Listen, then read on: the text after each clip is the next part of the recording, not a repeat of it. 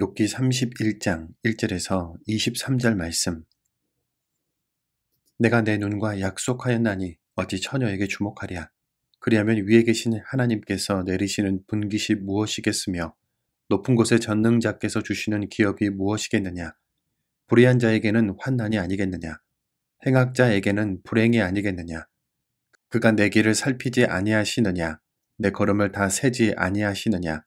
만일 내가 허위와 함께 동행하고 내 발이 속임수에 빨랐다면 하나님께서 나를 공평한 저울에 달아보시고 그가 나의 온전함을 아시기를 바라노라.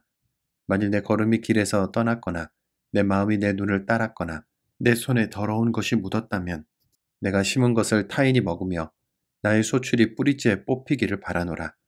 만일 내 마음이 여인에게 유혹되어 이웃의 문을 엿보아 문에서 숨어 기다렸다면 내 아내가 타인의 맷돌을 돌리며 타인과 더불어 동침하기를 바라노라. 그것은 참으로 음란한 일이니 재판에 회부할 죄악이요 멸망하도록 사르는 불이니 나의 모든 소출을 뿌리째 뽑기를 바라노라. 만일 남종이나 여종이 나와 더불어 쟁론할 때에 내가 그의 권리를 저버렸다면 하나님이 일어나실 때에 내가 어떻게 하겠느냐. 하나님이 심판하실 때에 내가 무엇이라 대답하겠느냐. 나를 태속에 만드시니가 그도 만들지 아니하셨느냐. 우리를 뱃속에 지으시니가 한 분이 아니시냐. 내가 언제 가난한 자의 소원을 막았거나 과부의 눈으로 하여금 실망하게 하였던가. 나만 혼자 내 떡덩이를 먹고 고아에게 그 조각을 먹이지 아니하였던가. 실상은 내가 젊었을 때부터 고아 기르기를 그의 아비처럼 하였으며 내가 어렸을 때부터 과부를 인도하였노라. 만일 내가 사람이 의복이 없이 죽어가는 것이나 가난한 자가 덮을 것이 없는 것을 못 본 채 했다면 만일 나의 양털로 그의 몸을 따뜻하게 입혀서 그의 허리가 나를 위하여 복을 빌게 하지 아니하였다면 만일 나를 도와주는 자가 성문에 있음을 보고 내가 주먹을 들어 고아를 향해 휘둘렀다면 내 팔이 어깨뼈에서 떨어지고 내 팔뼈가 그 자리에서 부스러지기를 바라노라. 나는 하나님의 재앙을 심히 두려워하고 그의 위엄으로 말미암아 그런 일을 할 수 없느니라. 아멘. 본문을 묵상하다 보면 마치 법정에서 피고인이 자신의 무고함을 호소하는 모습이 떠오릅니다. 친구들이 찾아와 욥에게 있는 죄를 토설하라고 고발하는 모습. 욥이 친구들의 고발 목록을 일일이 반박하면서 자신은 바른 삶을 살았노라고 강조한 것이 재판장이신 하나님 앞에서 욥과 친구들이 벌이는 설전처럼 느껴진 것이죠. 욥은 하나님이 제발 저의 무고를 입증해 주시던지 정말 죄가 있다면 그에 합당한 심판을 내리시던지 더 이상 시간을 끌지 마시고 최종적인 판결을 내려달라고 간구하는 것과 같습니다. 이렇게라도 해야 하나님의 침묵이 그칠 것 같았고 가부간의 판단이 이루어지리라 생각했기 때문인데요. 욥의 주장은 마치 하나님께 도전하는 듯한 느낌도 듭니다. 아무런 증거도 없이 분명한 고발 사유도 없이 자신의 인생을 모질게 대한 것은 부당한 처사라고 생각했으니 자연스럽게 나온 반응이었죠. 생각해보면 우리도 욥처럼 아니 욥보다 더한 태도로 하나님을 몰아붙였을 때가 있었을 겁니다.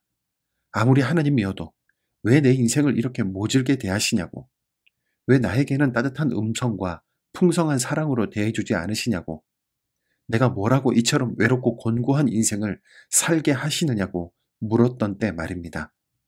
욥은 아무리 생각해도 고난당하는 이유를 알 수 없었습니다. 바르고 정직하게 살았고 탐욕을 부리거나 인색하게 사람을 대하지도 않았죠. 원수를 할지라도 괴로움을 당하면 관대하게 대했고 죄를 숨기지 않고 즉시 하나님께 기도하며 해결했는데요. 어제까지 잘 지내던 연인이 다음날 갑자기 차갑게 대하고 연락을 끊어버린 것처럼 욥은 하나님께 갑자기 이렇게 돌변하신 이유가 무엇이냐고 물었습니다. 욥의 고백을 묵상하며 한 가지 깨닫는 것이 있는데요. 아무리 억울하고 부당하며 하나님의 인도하심이 이해되지 않아 속상하더라도 욥의 억울함을 하나님 앞에서 호소한 것처럼 우리도 하나님을 찾아야 한다는 겁니다. 자신의 억울함을 풀어줄 분은 오직 하나님뿐이라고 여기며 하나님을 찾는 것. 어떤 상황, 무슨 형편에서라도 하나님을 붙잡을 수밖에 없도록 우리 기도를 체질화하는 것. 이것이 바로 믿음이요 신앙이기 때문입니다. 신앙은 본능적으로 갖고 태어나는 것이 아니라 후천적으로 깨닫고 알게 되는 것이기에 믿음의 훈련이 필요합니다. 운동하지 않으면 몸에 지방이 쌓이는 것처럼 믿음을 훈련하지 않으면 육신의 본능이 쌓이게 됩니다.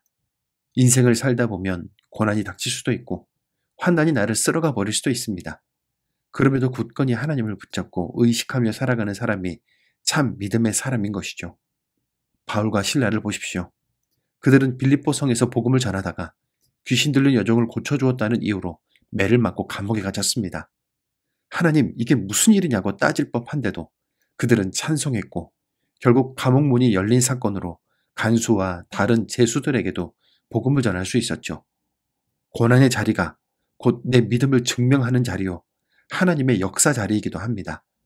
지금 내가 살아가는 내 삶의 자리가 곧 믿음의 자리가 될 수 있도록 오늘을 찬송으로 여시는 주님의 사람들이 되시기를 축복합니다. 사랑의 주님, 억울하고 답답함을 느낀 욥은 자신의 정결함을 증명하기 위해 사력을 다한 것을 보며 오늘 내 삶의 자리를 점검해 봅니다. 하나님의 사랑을 의심하고 하나님의 일하심에 강한 물음표를 던지고 있는 우리는 진정 믿음의 자리에 있는지요? 내 삶의 자리가 고난이라고 하여 믿음을 너무 가볍게 여기고 있지는 않았는지요? 교만의 자리에서 내려와 오늘도 삶에서 믿음을 나타낼 수 있도록 인도하여 주옵소서. 재판장이신 하나님 앞에서 부끄럽지 않게 살아가는 오늘이게 하여 주옵소서. 예수님의 이름으로 기도드립니다. 아멘.